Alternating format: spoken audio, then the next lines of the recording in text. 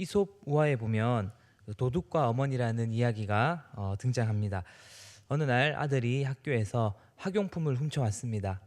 그러자 이 어머니는 아들에게 이 물건이 무엇이냐고 어디서 가져왔냐고 묻거나 꾸지람하지 않고 어, 칭찬해 주었습니다. 그러자 아들이 이 다음에는 친구의 겉옷을 훔쳐왔습니다. 이번에도 어머니는 꾸짖지 않고 오히려 좋은 것을 가져왔다며 칭찬해 주었습니다. 더욱 담대해진 이 아들은 청년이 되어 부잣집을 마구 드나들며 도둑질을 하게 되었습니다. 그러다 점점 비싼 물건을 훔치다 잡혀가게 되었습니다. 도둑질하다 재판장에 잡혀오게 되었지만 그럼에도 이 아들은 죄의식이나 어떤 반성하는 기색이 없자 이 재판장은 이제 최고형인 사형을 선고하였습니다. 얼마 후 이 사형 집행이 되는 날이었습니다. 이 아들이 포성줄에 묶여 이 사형장으로 이제 끌려가고 있는데 어머니를 발견하게 되었습니다. 아들이 그 사형 집행인에게 잠시 어머니께 꼭 들을 말씀이 있다며 시간을 꼭 내어주기를 부탁하였습니다. 그리고 아들은 어머니에게 가까이 다가가 그 귀에 귓속말을 하려고 하던 바로 그때 어머니의 귀를 깨물었습니다. 그리고는 이렇게 말했습니다. 어머니, 내가 이렇게 된 건 다 어머니 때문이에요. 내가 어린 시절에 학용품을 훔칠 때 친구의 겉옷을 훔쳐왔을 때 어머니가 따끔하게 꾸짖어줬더라면 회초리로 나를 훈계해줬더라면 내가 이렇게는 되지 않았을 거예요. 저는 이 이야기가 세상에서 우리가 성공하는 일과 사람들에게 칭찬을 받고 높임을 받는 일보다 더 우선적으로 우리 인격이 연단받고 우리의 인격이 자라나는 문제가 더욱 우선적이고 시급한 문제라고 알려주는 이야기라고 생각합니다. 저는 우리 성도님들께서 때로는 하나님 말씀을 듣는 것이 어렵고 하나님 말씀에 청종하는 것이 괴로울 때가 있을지라도 우리를 좌로나 우로나 치우치지 않게 하시고 어디 기울게 하지 않게 하시고 투명하고 온전하게 하는 하나님의 말씀에 귀 기울이실 수 있는 성도님들이 되시기를 소원합니다. 오늘 본문은 요아스가 죽고 난 후에 그 아들 아마샤가 왕이 되었다라고 이야기합니다. 아마샤의 행적을 보면 이제 크게 두 가지로 나눌 수 있는데 에돔과의 전쟁 또 이스라엘과의 전쟁을 다루어 주고 있습니다. 아마샤의 인생을 전반부와 후반부로 나누어서 역대하 25장이 잘 설명해 주는데 전반부의 인생은 아마샤가 하나님의 소리에 그 음성에 귀 기울인 반면 후반부의 아마샤의 인생은 여호와의 음성을 듣지 않는 아마샤를 잘 부각하여 보여주고 있습니다. 전반부의 아마샤는 아버지를 죽인 그 부왕을 죽인 원수들에게 복수할 때도 그 자녀들만은 이제 죽이지 않았는데 그 이유를 오늘 말씀 4절에는 모세의 율법책에 기록된 대로 행하였다라고 이야기합니다.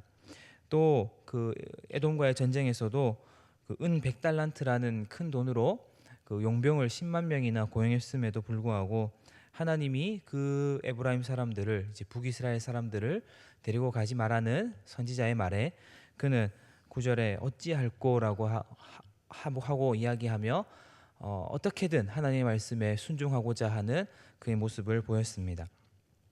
그러나 후반부의 아마샤를 보면 에돔과의 전쟁에서 승리하고 난 후에 많은 전리품들과 그 신상들을 가져와 하나님을 대신하여 우상을 섬기는 모습을 지적하는 이 선지자의 꾸지람에도 그는 들으려 하지 아니하였고 16절에는 말하기를 왕이 이 일을 행하고 나의 경고를 듣지 아니하니라고 해서 선지자의 말에 하나님의 말에 조금도 귀 기울이지 않는 모습을 보여주고 있습니다.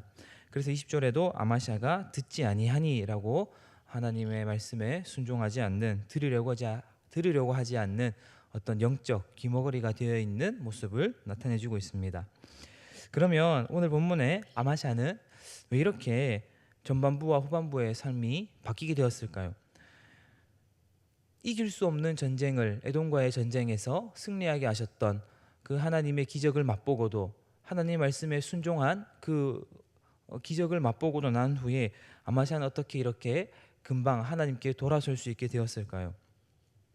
제가 생각하기에 아마 아마샤는 그가 들어야 할 소리와 듣지 말아야 할 소리를 구분하지 못했기 때문에 그 안에 어떤 영적 분별력을 가지지 못했기 때문이라 생각합니다. 내 귀에 들린다고 다 듣고 다 믿어야 되는 소리가 아니라 우리 가운데도 우리 귀에도 어떤 영적인 필터가 거름망이 있어서 내가 다 듣지 말아야 될 소리, 품지 말아야 될 음성, 떠나 보내야 될, 흘려 보내야 될 소리가 있음에도 불구하고 아마샤는 그런 영적인 어떤 분별력을 상실했다는 것이지요. 마가복음 6장에 보면 예수님이 오병이어 기적을 행하고 난 후에 제자들을 급히 재촉하여서 그들은 바다로 보내고 자신은 산에 기도하러 가셨다라고 합니다. 요한복음 6장에는 그 이유를 사람들이 예수님을 붙들어 억지로 임금삼으로 했기 때문이라고 합니다. 예수님은 오병이어의 그 큰 기적 가운데 제자들 귀와 마음에 울려 퍼지고 있었던 소리, 사람들의 환호성 소리, 박수 갈채 소리, 사람들이 높여주는 그 칭찬의 소리가 제자들의 마음속에 울려 퍼지고 있던 그 소리가 정말 들어야 할 소리인지, 생명의 소리인지 사망의 소리인지, 그 소리가 영원토록 우리 속에 있어야 되는 진리의 소리인지 아니면 거짓의 소리인지 제자들 가운데 분별할 수 있도록 진실을 보여주고 싶으셨습니다. 그래서 예수님은 제자들만 따로 풍랑에 보내어 바람 소리에 두려움 가운데 두어 그들의 정말 그들이 들었던 소리가, 그들이 품었던 소리가 정말 그들의 삶을 이끌어갈 소리인지 아니면 흘려보내야 될 소리인지 분별하게 하셨습니다. 오늘 본문의 아마샤 또한 하나님의 음성에 귀 기울이지 않았습니다. 전쟁에서 승리한 함성의 소리, 고국으로 돌아왔을 때 백성들의 환호성 소리, 박수갈채 소리, 전리품들이 쨍그랑쨍그랑 하는 소리, 또 우상들이 약속해주는 그 약속의 소리들이 아마샤의 마음을 사로잡고 그의 귀를 멀게 하는 요소로 작용했기 때문이었습니다.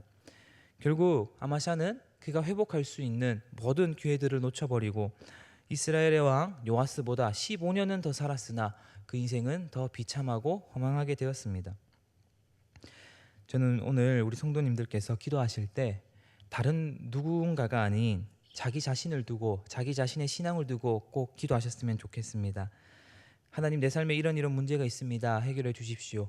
우리 교회가 이런 부흥이 있을 수 있도록, 이런 성공이 있을 수 있도록 도와주십시오. 이 나라가 이렇게 회복될 수 있도록 도와주십시오 하는 기도가 너무 중요하고 필요하지만 그것과 아울러서 반드시 우리 가운데 하나님의 음성에 귀 기울일 수 있는 영적 분별력을 허락하여 주시옵소서라고 기도하셨으면 좋겠습니다. 내가 잘못된 길로 나아갈 때, 내가 불의한 길로 나아갈 때 나의 가운데 말씀하시는 하나님의 경고의 소리를 민감하게 반응할 수 있는 영적 민감함, 어떤 분별력을 허락하여 주시옵소서. 나단 선지자의 지적 앞에 다윗이 어떠한 거짓말로도 어떠한 변명으로도 위기를 모면하지 않고 자신의 자존심을 세우지 않고 온전히 회개하고 자복하여서 그의 삶에 다시 없을 어떤 회복의 능력을 경험하였듯이 우리 가운데 이런 영적인 자정 능력, 영적인 치유의 능력을 우리가 잃지 않을 수 있도록 하나님의 사람으로 굳건하게 설 수 있도록 하나님 나를 붙잡아 주시옵소서라고 기도하셨으면 좋겠습니다. 오늘 하나님 앞에 나 자신이 크고 나 자신이 넓어지고 나 자신이 영적으로 깊어지는 일에 열심을 내고 기도하실 수 있는 우리 모든 성도님들이 되시기를 주님의 이름으로 간절히 축원합니다. 기도하겠습니다. 살아계신 하나님, 저희들이 오늘 하나님의 말씀에 주목하고 하나님의 말씀에 순종할 수 있는 자들이 되길 원합니다. 하나님 이곳에 불러주신 것도 주님의 은혜요, 하나님 말씀을 듣게 하신 것도 주의 은혜요, 기도하게 하신 것도 주의 은혜일 터인데 하나님이 예배하시고 또 주시고자 하신 은혜의 이 기회들을 우리가 놓치지 않길 원합니다. 이 시간 우리의 마음을 활짝 열어 아버지 앞에 나아갈 때 우리의 마음을 부드럽게 하시고 주의 말씀과 하나님의 그 은혜를 온전히 받아들이게 하시사 하나님 그 마음으로 아버지 앞에 나아가며 기도할 때 하나님 주시는 은혜와 하늘의 은총이 우리의 심령 가운데 넘쳐날 수 있도록 붙잡아 주시옵소서. 감사합니다. 예수님의 이름으로 기도드립니다.